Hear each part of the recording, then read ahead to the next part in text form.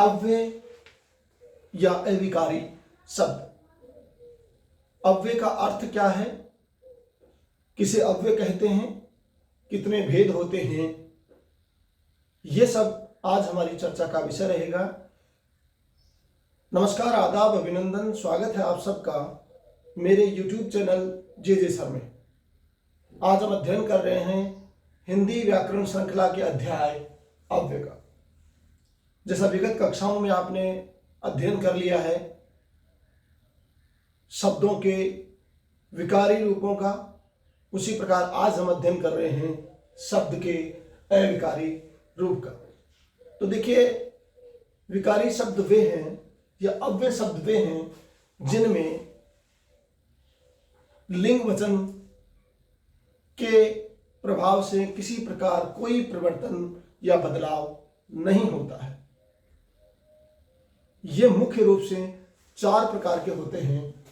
इसके यदि प्रकार की बात करें, तो अव्यय शब्द 4 प्रकार के होते हैं। पहला है आपका क्रिया विशेषण विकारी शब्द, अविकारी शब्द, क्रिया विशेषण अव्यय।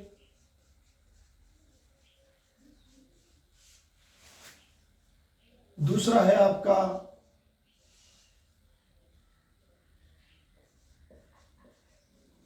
समुच्चय बोधक अव्यय। पहला जो है वह क्रिया विशेषण अव्यय, दूसरा है समुच्चय बोधक अव्यय, तीसरा है जो आपका है संबंध बोधक अव्यय, संबंध बोधक अव्यय ये संबंध का बोध कराते हैं, संबंध बोधक अव्यय। और इसका जो अंतिम रूप है वो है आपका विस्मयादि बोधक अव्यय। विस्मयादि बोधक अव्यय, इसमें विस्मय किया जाता है शब्दों से, अर्थात ये कह सकते हैं कि विस्मय जैसे हर्ष है, शोक है, आश्चर्य है, इत्यादि प्रकार के क्या होते हैं, अव्यय शब्द होते हैं। सबसे पहले हम जो चर्चा कर रहे हैं वो है क्रिया विशेषण अव्यय। क्रिया विशेषण अव्यय का अर्थ है कि जो संज्ञा सर्वनाम शब्दों की क्या करें के माध्यम से क्रिया की विशेषता बता रहे हों, उन्हें क्रिया विशेषण शब्द कहते हैं। यहां क्रिया की जो है विशेषता, ये क्रिया विशेषण शब्द बताते हैं। इनके प्रकार की यदि हम बात करें तो देखिए, जैसे क्रिया विशेषण जो शब्द हैं उनमें हम लिख देते हैं कि मोहन सुंदर लिखता है, मोहन सुंदर लिखता है। अब इस लिखने की क्रिया की क्या की गई है, विशेषता। ये लिखना क्रिया जो है उसकी विशेषता क्या है, ये सुंदर लिखता है। इसमें हम सबसे पहले बात कर लेते हैं कि कालवाचक क्रिया विशेषण। विशेषण जो है क्रियावाचक विशेषण, उसमें प्रकार की यदि बात करें तो कितने प्रकार हैं, देखिए आप। सबसे पहले है कालवाचक क्रिया विशेषण। अब कालवाचक जो होते हैं उनमें किसी समय का बोध होता है। कालवाचक क्रिया विशेषण में समय का बोध होता है। जैसे मैं कहूं कब, तब, जब, प्राय, प्रतिदिन, जैसे अभी, जैसे शाम, जब, तब, कल, आज इत्यादि क्या होते हैं, कालवाचक क्रिया विशेषण होते हैं। कब, तब, जब, कल, आज, प्राय, प्रतिदिन, इत्यादि क्या है? कालवाचक क्रिया विशेषण है। जैसे हम लिख दें कि गीता आज आएगी। क्या लिखा है हमने? गीता आज आएगी। अर्थात ये कहा जाए आने की जो विशेषता है वो कालवाचक क्रिया विशेषण आज है। ये जो कालवाचक क्रिया विशेषण है इसमें किसी कार्य के यानी क्रिया के होने का समय प्रदर्शित होता है। अर्थात इस क्रिया के होने का समय या काल यहां पर हमें बताया जा रहा है। आगे हम बात करें इसकी तो स्थानवाचक क्रिया विशेषण। स्थानवाचक में आप समझ रहे हैं, एक स्थान विशेष की बात की जाती है। जैसे कहते अंदर, बाहर, ऊपर, नीचे, ये सब क्या है? जैसे अंदर है, जैसे बाहर है, जैसे ऊपर है, जैसे नीचे है, ये सब क्या हो गया? स्थानवाचक हो गया। जैसे बाएं है, जैसे दाएं है, जैसे इधर है, जैसे उधर है, ये सब क्या हो जाते हैं आपके स्थानवाचक क्रिया विशेषण। ये कह दिया जाए कि राम अंदर बैठा है, राम अंदर बैठा है। देखिए यहां जो बैठना है उसकी विशेषता क्या बता देगी कि वो अंदर बैठा है। अब इसमें राम अंदर बैठा है तो भी अंदर ही आएगा। यहां किसी और का लिंग लगा लो आप किसी प्रकार का, जैसे हमने यहाँ पुरुष लिंग की जगह स्त्रीलिंग कर दिया। जैसे सीता अंदर बैठी है, लड़के अंदर बैठे हैं, बुढ़े अंदर बैठे हैं, 10 आदमी अंदर बैठे हैं। तो यहाँ किसी प्रकार के लिंग वचन के कारण कोई परिवर्तन नहीं होता। जैसे कि घर के अंदर सांप है, तो इस अंदर में क्या हो गया? किसी प्रकार के लिंग वचन कारक के कारण कोई परिवर्तन नहीं हुआ। मूल रूप से ये कहा जाए अविकारी या जो अव्यय शब्द है उनमें किसी प्रकार से कोई परिवर्तन नहीं होता, वो सदैव अपने ही रूप में चलते रहते हैं। स्थानवाचक के बाद यदि बात करें परिमाणवाचक की, परिमाण का मतलब होता है नापतोल। परिमाणवाचक क्रिया विशेषण में यदि हम बात करें तो ये क्या होते हैं? नापतोल से संबंधित अविकारी या अव्यय शब्द होते हैं। जैसे थोड़ा, कुछ। मैं कह दूं आपको कि मुझे थोड़ा सा पानी पिलाओ, या मैं कुछ दिन से परेशान हूं।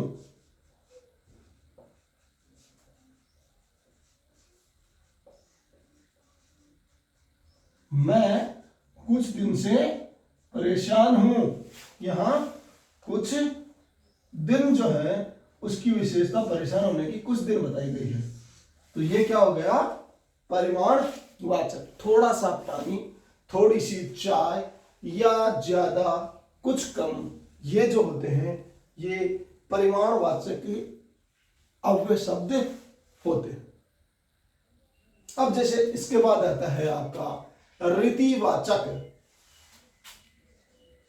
क्या आता है? रीतिवाचक क्रिया विशेषण। क्रिया विशेषण अव्यय। इसमें किसी कार्य की रीति के बारे में बताया जाता है। रीति की बात करें तो जैसे कहते हैं ना, धीरे धीरे, अचानक। जैसे मैं कहूं कि मैं रास्ते रास्ते जा रहा था, अचानक एक शेर आ गया। मैं जंगल से जा रहा था, अचानक एक शेर आ गया। तो लिख दिया मैंने, मैं जंगल से जा रहा था,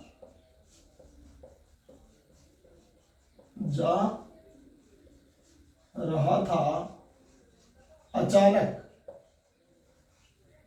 शेर आ गया। यहां जो क्रिया है उसके होने का क्या है, अकस्मात। ये क्या हो गया है, कारण हो गया है। ये रीतिवाचक क्रिया विशेषण होते हैं। जैसे निसंदेह, जैसे यथाशक्ति, ये सब क्या हो जाते हैं आपके रीतिवाचक क्रिया विशेषण। शक्ति के अनुसार यथा शक्ति होता है। एक बार इसका स्क्रीन शॉट लेंगे आप। उसके बाद हम जो इस अव्यय की बात कर रहे हैं उसमें अगला अव्यय जो भी था वो समुच्चय बोधक अव्यय था, उसकी हम चर्चा करेंगे। तो सबसे पहले आप इसका स्क्रीनशॉट ले लीजिए।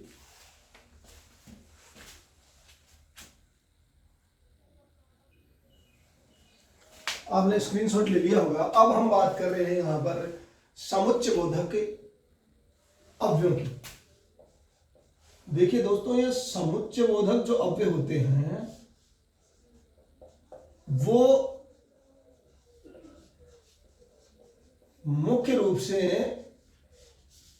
दो शब्द, समुच्चय बोधक अव्यय जो हैं वो दो शब्द, दो वाक्यों, दो वाक्यांशों या पदों को जोड़ने का काम करते हैं। ये क्या करते हैं, समुच्चय बोधक दो शब्दों या दो वाक्यों को जोड़ने का काम करते हैं। अब यहां एक चीज देखो, मैंने लिखा या, तो ये खुद समुच्चय बोधक है। दो शब्दों या दो वाक्यों को जोड़ने का काम कार्य करते हैं। काम या कार्य करते हैं की बात है ना। अब किस प्रकार ये करते हैं, देखिए दो प्रकार के होते हैं। एक तो होता है संयोजक और एक होते हैं विभाजक। कौन से होते हैं, संयोजक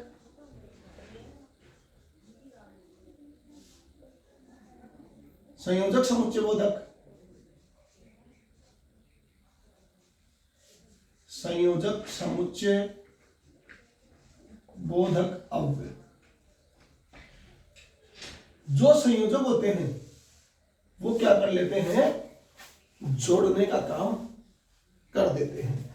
इनका कार्य संयोग करना है, जोड़ना है। किस प्रकार है आपको नोट करो। जैसे और है, तथा है, यथा है। अब और से देख लेते हैं हम। ये घर मेरा है और वो मेरी बहन का घर है। जैसे ये मेरा है, जैसे यदि लिख दिया, पुनः लिख दिया, ये सब क्या हो जाते हैं, संयोजक हैं जो दो वाक्य और दो वाक्यांशों को या शब्दों को आपस में जोड़े। वो क्या होते हैं, आपके संयोजक समुच्चय बोधक अव्यय होते हैं। जैसे ये लिख देता हूं, एक उदाहरण से समझेंगे हम। उदाहरण से किस प्रकार समझेंगे, देखिए। जैसे यह मेरा घर है, ये वाक्य हो गया। अब इसको जोड़ने के लिए मैंने लिख दिया और वह मेरी बहन का घर है। अब देखिए यहां पर और से मैंने क्या कर दिया, इसको जोड़ दिया। यानी संयोजक समुच्चय बोधक का मतलब होता है जहां दो को जोड़ा जाता है। वैसे तो इस समुच्चय बोधक का अर्थ क्या होता है, दो या दो से अधिक वाक्यों को जोड़ना होता है। पर ये जोड़ते किस प्रकार है, तो ये देखिए, एक तो हो गया संयोजक, यानी उस वाक्य में दोनों के बीच एक घनिष्ठ संबंध कर दिया जाता है, वो हो गया संयोजक। जैसे तथा है, जैसे यथा है, जैसे पुनः है, जैसे यदि है, ये सब क्या हो जाते हैं आपके समुच्चय बोधक। अब वे संयोजक हो जाते हैं। जैसे जो है, जैसे तो है, जैसे एवं है। देखते हैं ना अक्सर हम एवं, है ना, एवं, तो हम समझ जाते हैं कि दोनों में क्या किया गया है, संयोजन किया गया है। संयोजक है, एक है विभाजक। विभाजक,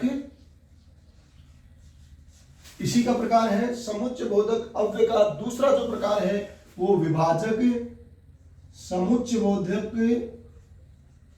विभाजक समुच्चय बोधक अव्यय।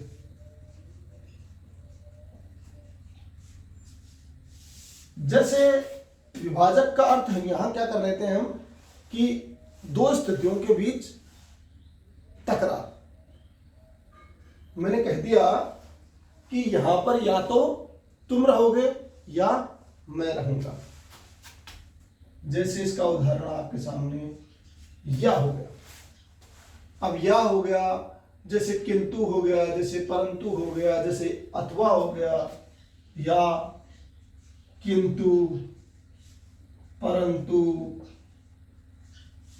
देखते हैं ना, किंतु परंतु अथवा, प्रश्न लिखा होता है अथवा, अथवा यदि, ये सब क्या हो जाते हैं आपके, यदि नहीं आएगा, अथवा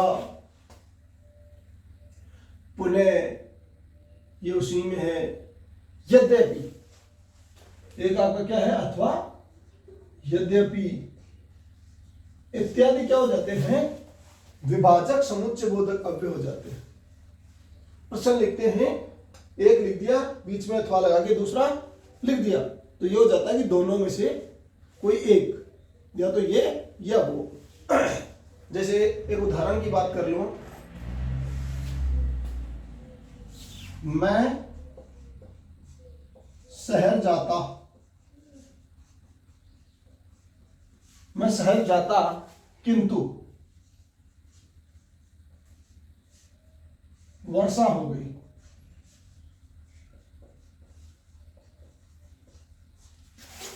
मैं शहर जाता किंतु वर्षा हो गई। यहां किंतु से हमने क्या कर लिया है, इसको विभाजक के रूप में प्रयुक्त करके इन दोनों शब्दों को क्या कर लिया, वाक्यों को हमने जोड़ दिया। वर्षा हो गई या वर्षा हो रही थी।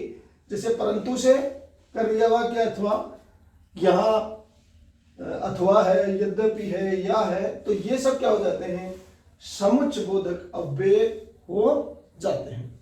इसके बाद अगले अव्यय की हम बात करें तो वो है आपका संबंध बोधक अव्यय। कौन सा है, संबंध बोधक।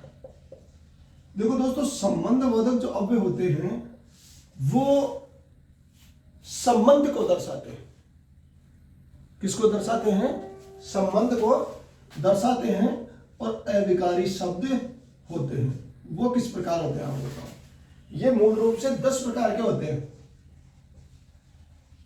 कितने प्रकार के, 10 प्रकार के संबंध बोधक अव्यय होते हैं।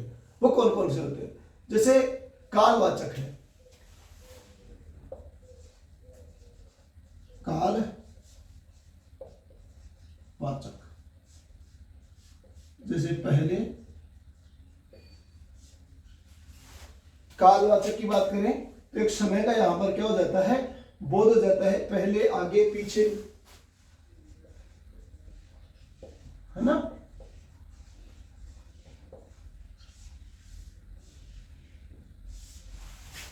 पहले रावण मरा, पीछे राम राजा बने। तो पहले यहां एक बार इसका स्क्रीनशॉट लो। अब हम बात करेंगे तीसरे प्रकार के अव्यय की, जो है आपका संबंध बोधक अव्यय। देखिए, संबंध बोधक अव्यय वे होते हैं जो संज्ञा सर्वनाम के बाद तो आते ही हैं, साथ ही वह उनका संबंध किसी दूसरे वाक्य के साथ स्थापित कर देते हैं। उन संज्ञा सर्वनाम शब्दों का संबंध किसी दूसरे शब्द के साथ या वाक्य के साथ कर देते हैं, वे होते हैं आपके संबंध बोधक अव्यय। सीधा सा इसी से हम पता कर लेंगे कि संबंध का मतलब संबंध स्थापित करना है। ये 10 प्रकार के होते हैं, कालवाचक, स्थानवाचक, दिशावाचक, समतावाचक, साधनवाचक, विषयवाचक, विरुद्धवाचक, संघवाचक, हेतुवाचक, तुल्यवाचक या तुलनावाचक। इस प्रकार हिंदी में संबंध बोधक अव्यय 10 प्रकार के होते हैं। एक एक की यदि बात की जाए तो पहला है कालवाचक। ये किसी काल की हमें बात बताते हैं, जैसे पहले, आगे, पीछे। जैसे मेरे घर के पीछे नाला है, मेरे घर के पीछे नाला है। जैसे मेरे घर के पीछे नाला है। आगे हम बात करें स्थानवाचक। ये स्थान की बात करते हैं, सामने, भीतर, अंदर, बाहर। जैसे मेरे घर के भीतर रसोई है, तो जैसे मैं कह दूं रसोई घर के अंदर है या भीतर है,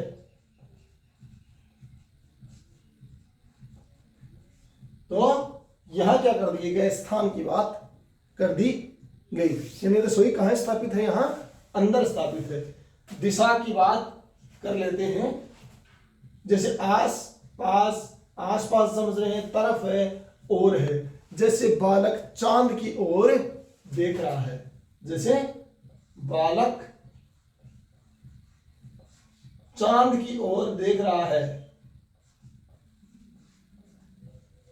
और देख रहा है।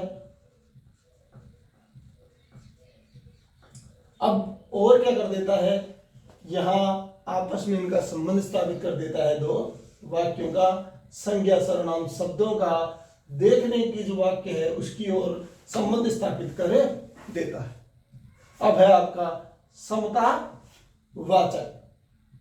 समता यानी भांति, समान, तुल्य। हनुमान जी के समान कोई ताकतवर नहीं है।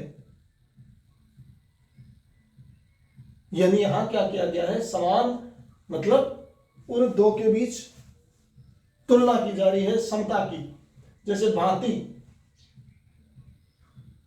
जैसे किसी के शक्ति प्रदर्शन की बात कर लें, भीम के भांति कोई और गदाधर नहीं था, तो यहां उसके भांति की बात कर ली गई है। साधन वाचक। साधन माने किसी के द्वारा, से, तो साधन वाचक द्वारा, सहारे, माध्यम। जैसे नाव के द्वारा नदी पार की गई, तो यहां नाव के द्वारा, अब द्वारा फिर आगे लिख दिया नदी पार की। अब नदी को पार करने के लिए किसी साधन की आवश्यकता हुई, और ये अव्यय शब्द है। नाव द्वारा या बोट के द्वारा, तो इनमें कोई परिवर्तन थोड़ी है, द्वारा द्वारा ही रहेगा हमेशा ही। विषय, विषयवाचक की यदि बात करें संबंध बोधक अव्यय की, तो इसमें होते हैं जैसे विषय है, भरोसे है, बाबत है। बाबत, जैसे हम जब नौकरी कर रहे थे तो हम लिखा करते हैं एप्लीकेशन कि सेवा में श्रीमान वो थाना अधिकारी महोदय ये 2 दिन का अवकाश चाहने बाबत, यानी उसके विषय में जो लिखा गया उसके विषय में। जैसे लिख देते 2 दिन की अवकाश चाहने बाबत। भैया हमने एप्लीकेशन लिखी है प्रार्थना पत्र छुट्टी का, उसमें हम लिखते हैं ना विषय, विषय लिख के कर देते हैं 2 दिन का अवकाश चाहने बाबत, या कहीं कोई रिपोर्ट दर्ज कराने बाबत, FIR दर्ज कराने बाबत, तो वो बाबत हो गया। विरुद्ध, विरुद्ध का सीधा साल कि विपरीत, विरुद्ध उल्टा। जैसे राम के विरुद्ध मुकदमा दर्ज किया जाए, तो विरुद्ध आ गया यहां पर। ये क्या कर लेते हैं, संबंध बोधक अव्यय है और उसका विरुद्धवाचक संबंध बोधक अव्यय। भाई मुकदमा, जैसे राम के विरुद्ध मुकदमा दर्ज कर लिया जाए या उसके खिलाफ मुकदमा दर्ज किया गया है, तो राम के खिलाफ मुकदमा दर्ज किया गया, खिलाफ भी इसी में है, उल्टा भी है, विरुद्ध भी है, तो ये विरुद्धवाचक हो जाता है। आगे है संघवाचक। संघ का मतलब साथ, संघ का मतलब साथ। मेरे संग मोहन गया था, या राम के संग सीता वन में भी गई। जैसे राधा के संग कृष्ण नाचे, तो संग या साथ या सहचर। समझ गए आप बात को? इस प्रकार ये संगवाचक। हेतु, हेतु का मतलब होता है कारण वास्ते हेतु। इसके जो पहचान करनी हो आपको, तो ये देखिए कैसे। मान लीजिए तामील कराने हम जाते थे पहले। तामील मतलब किसी व्यक्ति से उसको दी गई, जैसे कोर्ट ने उसको तलब किया है, मतलब बुलाया है, तो उस तक वो चीज पहुंचाने जाते थे। तो रपट लिखते थे हम, थाने में रपट लिखा करते हैं, उसमें लिखते थे कि वास्ते कराने तामील। क्या करने? वास्ते कराने तामील। अब देखो, इस तामील को कराने के लिए जितेंद्र गया वास्ते कराने तामील, तो इस वास्ते से क्या संबंध स्थापित कर दिया गया तामील में और मेरे में। आगे देखते से तुलना वाचक, दो के बीच तुलना की जाती है। जैसे अपेक्षा है, आगे है, सामने है। राम के सामने श्याम कुछ नहीं है, मेरे आगे तुम क्या हो। तो ये सब क्या हो जाता है? वैसे मेरे आगे तो आप हो, पर मैं तो एक उदाहरण बता रहा हूं। आप किसी से कहें कि आप मेरे आगे क्या हो, तो इस प्रकार ये आपके संबंध बोधक अव्यय हो जाते हैं। चौथा इसका प्रकार है, वो है आपका विस्मयादि बोधक। कौन सा है जी? विस्मयादि बोधक अव्यय। विस्मयादि बोधक अव्यय जो होते हैं, वे अव्यय आपके विस्मय करते हैं।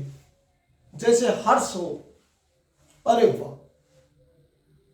शोक हो, हाय राम। जैसे आश्चर्य हो, अरे।